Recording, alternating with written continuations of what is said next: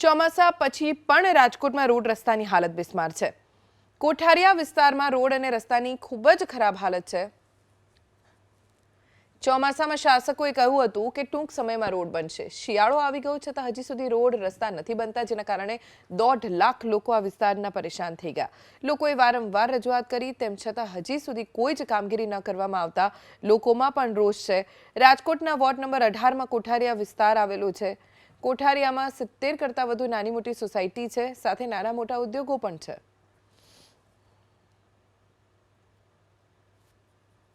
ભાઈ શું કહેશો, કેવા રોડ છે? રોડ તો બહુ ખરાબ એવો સાહેબ। ક્યાં કયા વિસ્તારમાં? આટલો અમારો વિસ્તાર તો બહુ જાજો ખરાબ છે। હજી બન્યા નથી? ના, હજી બન્યા નથી। કેટલા સમયથી આ ખરાબ છે? આ છેલ્લે લગભગ વર્ષ દિવસ જેવું થઈ ગયું, વર્ષ દિવસ ઉપર થઈ ગયું। હા, બરોબર।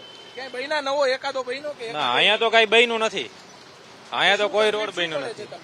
રસ્તામાં બહુ ગાડીઓ ખરાબ થઈ ગઈ છે, ઘણી સમજી લ્યો। રોદા કેવડા છે? ચોક્કસ ખૂબ જ રોડ ખરાબ છે। અન્ય જે વાહન ચાલકો આપણી સાથે છે, આપણે એમની સાથે વાત કરવાનો પ્રયાસ કરીશું। શું કહેશો, રોડ કેવા છે? તમે આમ ડાન્સ કરતા આવતા હોય તેવો માહોલ જોવા મળે છે। અરે કમર તૂટી જાય ને રાજકોટની અંદર વિકાસની વાત કરે, વિકાસ બમણો થયો છે અને પબ્લિકે ખોબે મત દીધા, એમાં પબ્લિકને ભોગવવાનો આજે વારો આવ્યો। 2015 થી માંડીને કોઠારિયા વિસ્તાર રાજકોટ મહાનગર રોડ કે એકય રોડ બન્યો? કોઠારિયાનો એક વિસ્તાર એવો નથી કે રોડ થયા છે। ચોમાસામાં કહેતા હતા ને રોડ બની જાય। ચોમાસાની અંદર ખાલી તંત્ર ખાલી વાતું કરે, એક બાજુ કાને વાત નાખે ને એક બાજુથી કાઢે, એના જેવી વાત છે। બરોબર। ક્યાં રોડ ખરાબ છે?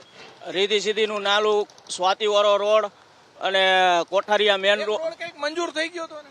એ સ્વાતિવાળો રોડ મંજૂર થયો, એને 16 મહિનાનું ટેન્ડર આપ્યું હતું, 16 મહિના પૂરા થયા પણ હજી લોકો એ રોડ પૂરો કરેલ નથી। ચોક્કસ જાણે ગામડાના ગાડા માર્ગ હોય, વાડી વિસ્તાર હોય, તે પ્રમાણેનો માહોલ જોવા મળી રહ્યો છે। આમ પણ જે ગ્રામ્ય વિસ્તારમાંથી, આ કોઠારિયા આખો વિસ્તાર ગ્રામ્ય વિસ્તારમાંથી જે માઇગ્રેટ થઈને આવેલા જે લોકો છે તે વસવાટ કરે છે। અહીંયા જોઈ શકાય છે કે વાહનો જાણે કે ડાન્સ કરતા હોય।